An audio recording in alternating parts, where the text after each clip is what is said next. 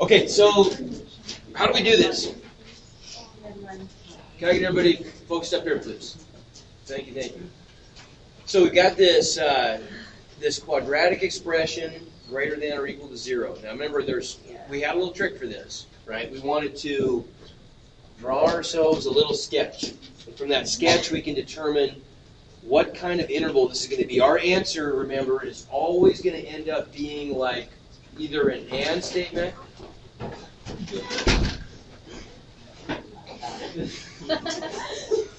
or an or statement. Sorry about that. Okay?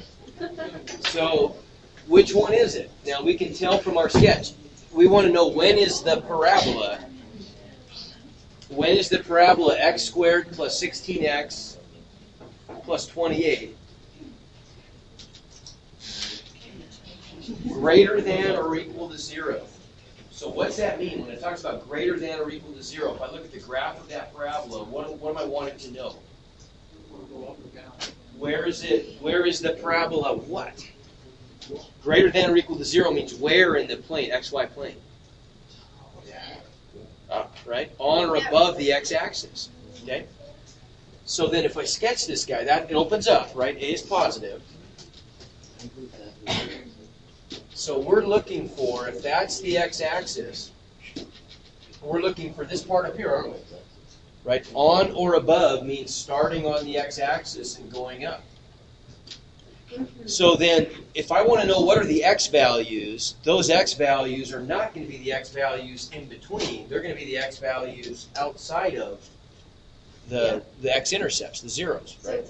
So it's going to be an or statement. Yeah. So we're looking for this stuff, and we know the answer is going to be then either x is less than or equal to that number, whatever it is, and we'll find out, or x is greater than or equal to that number, whatever it might be. So we just got to find it. Now to find the zeros,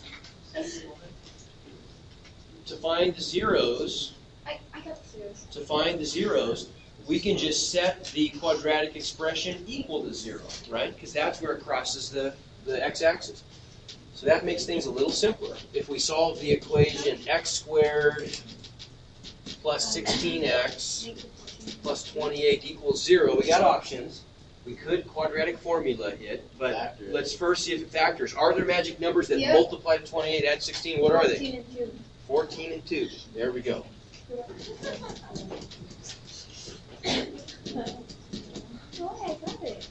Okay, so what are my zeros then? Negative 14, negative 2. Okay, the first factor equals 0 when x is negative 14. The second factor equals 0 when x is negative 2. So this guy over here, the left one, must be negative 14, and the right one must be negative 2, right? So we want to know our answer then, our solution is x is less than or equal to negative 14, or x is greater than or equal to negative 2. Let's put that in Moodle just to see how that's done. So if we go to, that's not what I want. That's not what I'm looking for, is it? I'm looking for that. Let me make this a little smaller.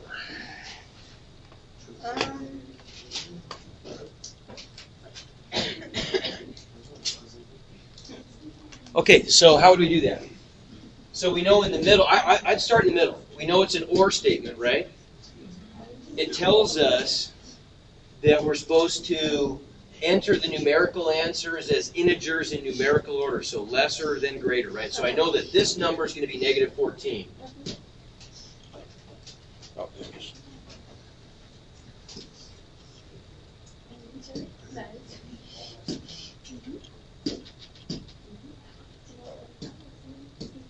that one's negative 14, this one's negative 2. And then we said we wanted x to be either less than or equal to negative 14, or x is greater than or equal to negative 2, right? Okay. We fall asleep back there.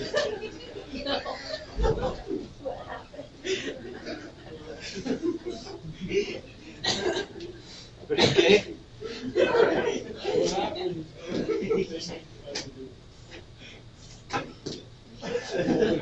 All right. Okay.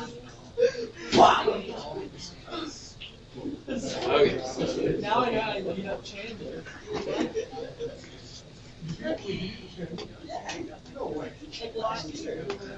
Good props.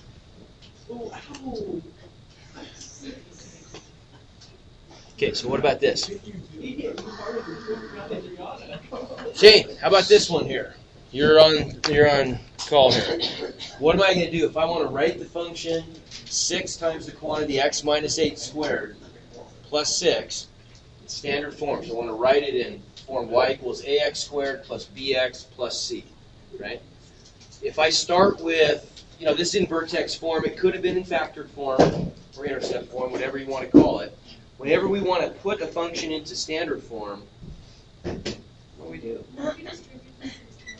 Okay, now we got to be careful with that. We're going to simplify. That's all we're going to do is follow order of operations and simplify. But we have to follow order of operations. So if we do that, just normal order of operations. First, we would try to simplify inside the parentheses, but x minus 8 can't be simplified. They're not like terms. So we're done with that. Exponents. Okay, here's what we got to do. We've got an exponent. So we cannot distribute the 6 yet because that's not until we multiply. Distributing means multiplying, right? First, we have to do the exponents. Well, when I take anything to a power, remember what that means. This is a really common mistake. It won't be after next chapter because next chapter we're going to spend quite a bit of time learning patterns for multiplying this stuff out. But for now, we're not going to use the patterns. We're just going to FOIL it out. We know that when we square something, that just means multiplying it by itself, right? So if we want to take this stuff right here, and we want to turn that into something that's simplified, all that means is just FOILing out x minus 8 times x minus 8, right? What people sometimes want to do, which is incorrect, is to distribute the power to the x and the 8 and say something like x squared minus 8 squared, but that is not right. If I FOIL this out, I'm going to get x times x, so x squared minus 8x minus 8x, which combines to minus 16x, and then negative 8 times negative 8 is plus 64, right? So all that stuff inside the box there just becomes the quantity x squared minus 16x plus 64, right? Mm-hmm. Okay, so then times 6. Good. So we end up then with, let's see, I can go right here. So y equals 6 times all that stuff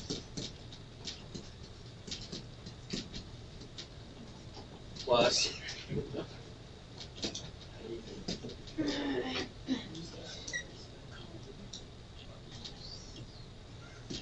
plus 6. Okay, so if I distribute the 6, the next step would be multiply, right? So we did the exponents, now we're on multiply divide, so if I distribute that 6 all the way through, I'm just going to get, oops,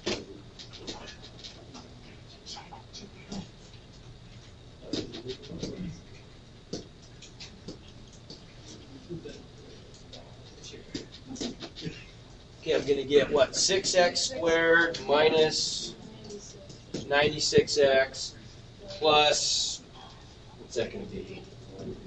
128, 384 plus 6, so 390. Okay. What were they asking for, though? Well, in the original question, what were they asking? B. Yeah, so what's B? Yeah, good.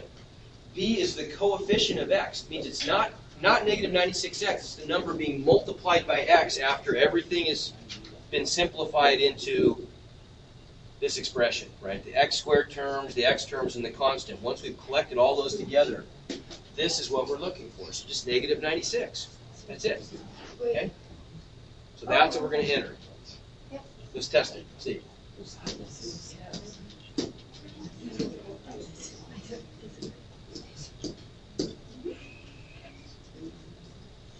Okay?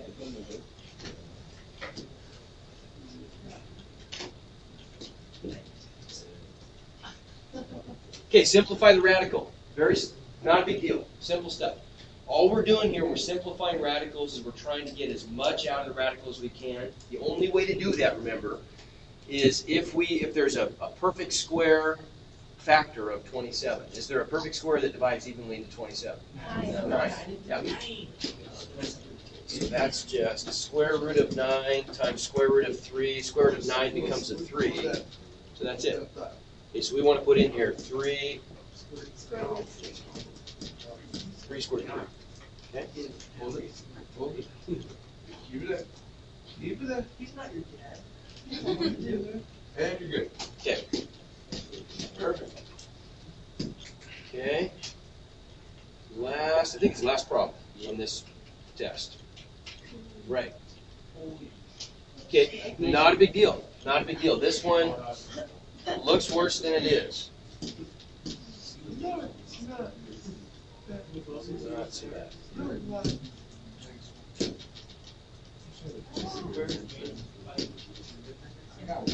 Heavyweight versus welterweight.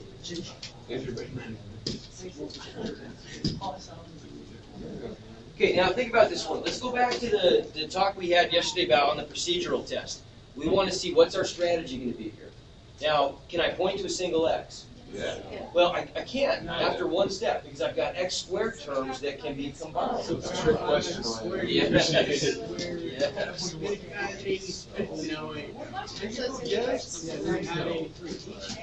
So I can, if I subtract 5x squared from both sides, I can combine the x squared terms on the left. X squared.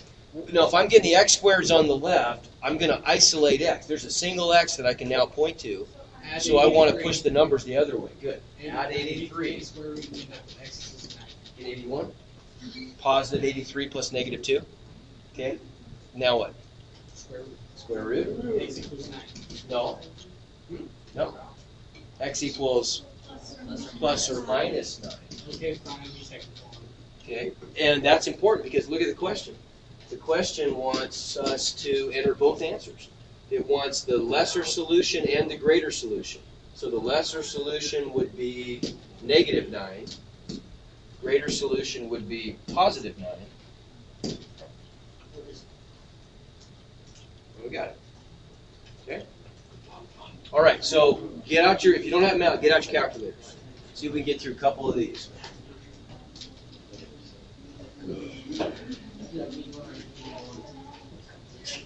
I have a problem. Cynthia, I got there.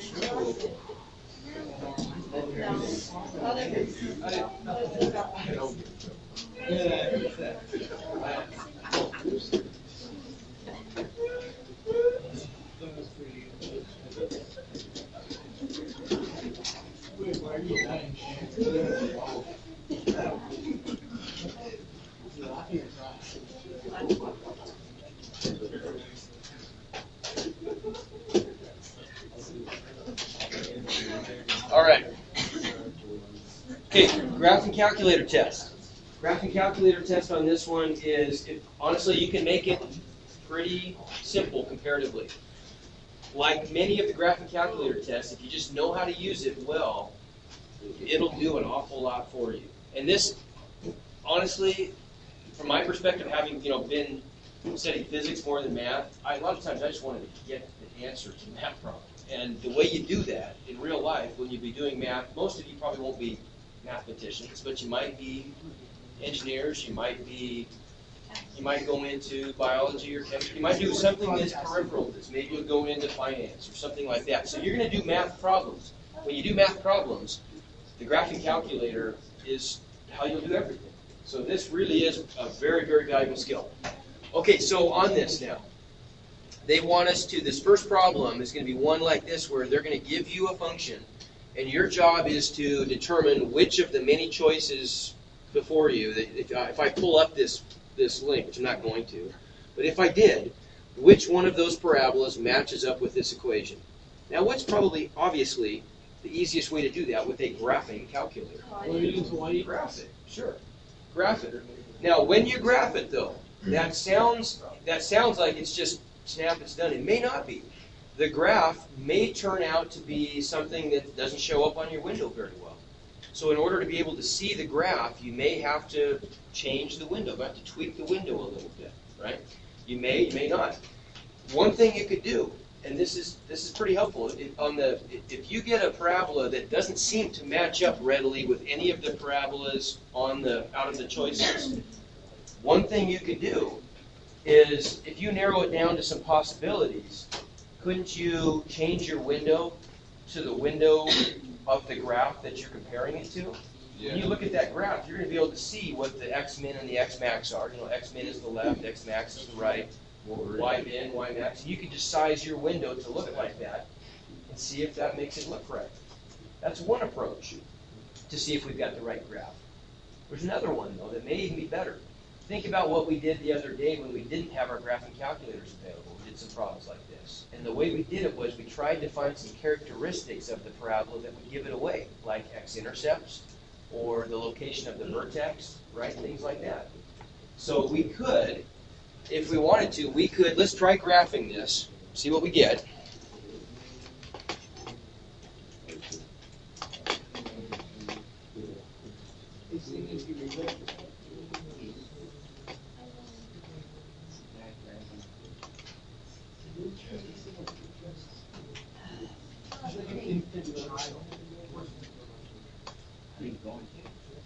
Okay, so we'll put this in y1 x squared minus 8x plus 12. And I'm going to start off to graph it, what I probably do first to graph it. First run through, see if it works. Zoom 6, Zoom fit, or Zoom standard. Wouldn't also hit the graph work? Okay, no, hitting graph's not a good idea, because if I had hit graph, in this case, I'll tell you what would happen. I had just done some problems where the window was dramatically different. It wasn't anything like this, and the graph wouldn't have showed up.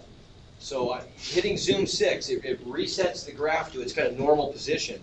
It's a good starting place. If it doesn't work, you can always tweak it from there. So now here's my function, right? That's what I'm going to see. What if there are a lot of parabolas that look similar to that? Well, I could go find the x-intercepts, for one thing. How do I find the x-intercepts on here? Calc. Yeah, second, calc, 0, right? The zeros are the x-intercepts. So if I were to go 0, now I could just move this guy around until there's a good left boundary. If I want to find that x-intercept, that's my left boundary. That's fine. So enter. It wants a right boundary. So I'll scoot over to the right of that 0, like right there is fine. And then it wants a guess, so I'll just go somewhere in between. And it tells me that the 0 is at x equals 2, y equals 0. So that helps. Now I could look on the graph of my choices and only use the parabolas. I only would consider the parabolas with that x-intercept. If I needed to, I could go find the other one. I could also find the vertex. Now, if I go to the calc menu, which option was going to tell me the vertex if my parabola opens up? Minimum. Yeah, it's the minimum. It's the lowest point would be the vertex. So I could go 3, and then it's going to prompt me the same way. It wants a left boundary and a right boundary. Well, that's okay for the left boundary right there. That's to the left of the vertex. All right, let's go for a right boundary. Okay, that's a good right boundary. I'm to the right of the vertex. And then my guess, just somewhere in between. And it tells me, that's trying to say, what, 4? X equals 4, y equals negative 4. There's the coordinates of the vertex. So now I've got everything I need to know. There's no other parabola in the world that has those things going on, right? So I can definitely pinpoint the one I'm looking for. Okay. Worst case scenario, I can just go find that stuff. All right, so what else?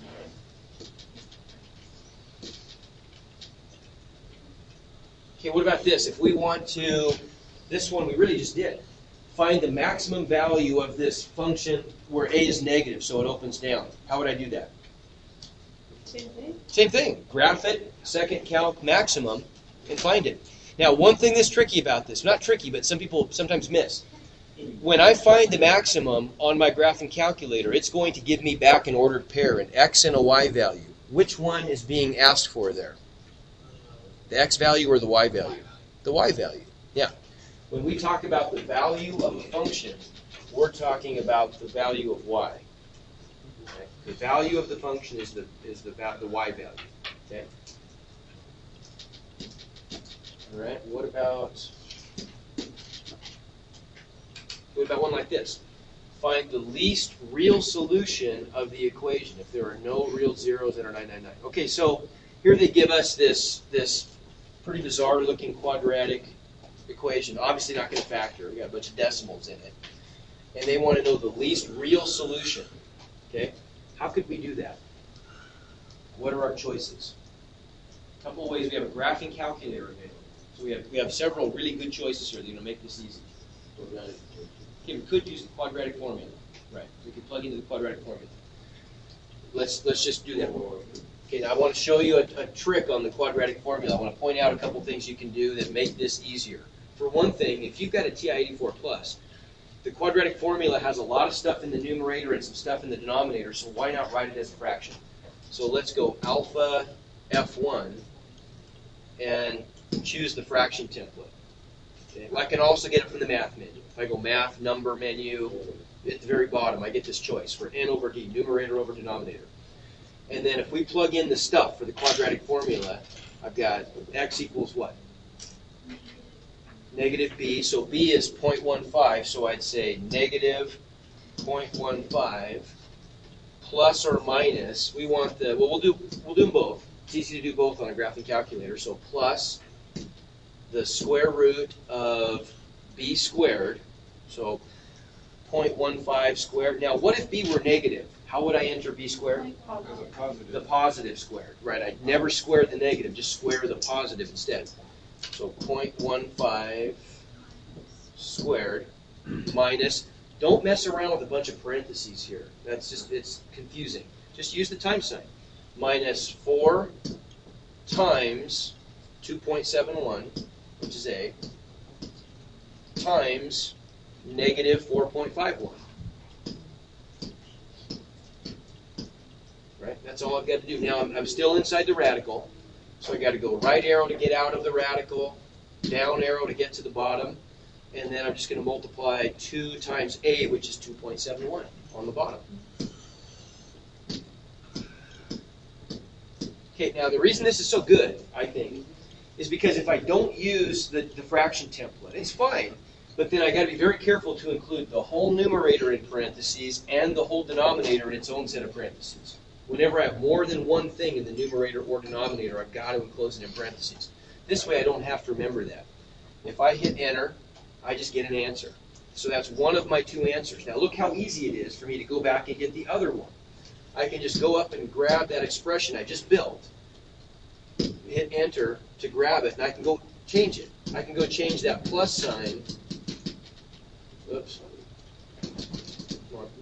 Change that plus sign into a minus sign, right?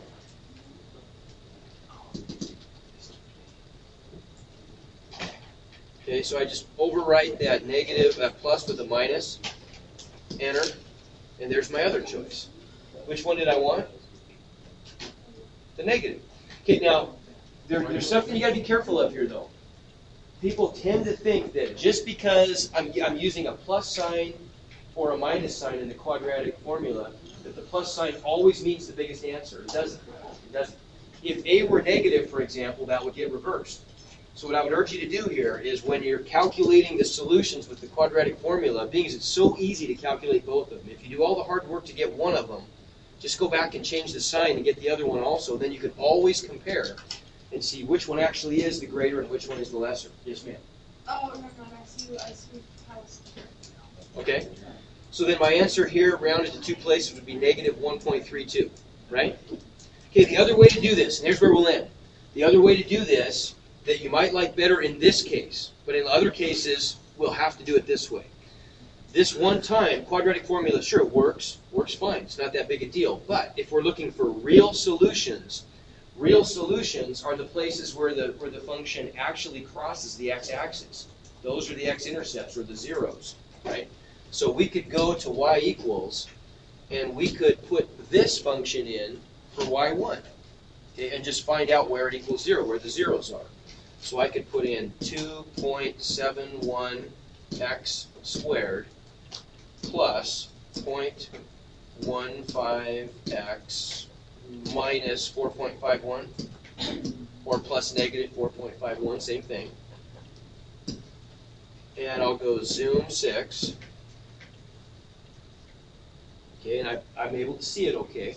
Now, if I want to find the zeros, I can just do that graphically. I could go second calc. And in this case, because I know I want the least real solution, I'll take the left one, won't I? I'll choose number 2 for 0, and I want to isolate that one right there. So I'm going to go left boundary. Okay, good. Right boundary. Okay, and guess. And sure enough, it tells me negative 1.32. How about that? Okay. Well, I don't want that one. I just wanted to surround this one only, right? So that's probably a little quicker for this one. But there'll be some other cases, some other kinds of questions. We won't have time to do it right now, but what if we were looking for, right here, what about this one? What about it?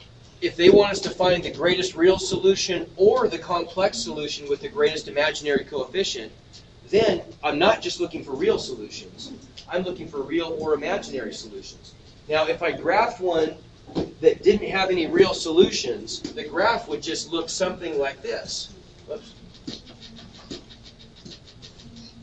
There would be the x-axis, and the parabola would just never cross it. I would know the answer is no reals, right? No real solutions because there are no x-intercepts. But if we need to get the imaginary solutions, the graph will not give them to us. All that tells us is that there are no imaginaries, right? So in this case, I would have to put this into the quadratic formula, right? And then it's going to give me back some i's. In fact, the calculator, I hate to even show this to you because it makes things so simple, but the calculator will even give us answers in complex form with i's in the answers. Here's how you do it. If you go to the mode on your calculator, now watch this. Last thing I'll show you. We're done. This is it. Then we'll be done. If we go to mode, if I go on that first page down to this row that's second from the bottom, it says real A plus BI, and then another one we won't use. If I highlight A plus BI, then watch what it does. If I go like this, square root negative 8, sombreros, boots, jeans, or anything that goes. However, no Speedos, bikinis, or coconut bras. Just remember the Fountain High School standard rule. If you wouldn't want to see Mr. Sanders in it, all right, wear it.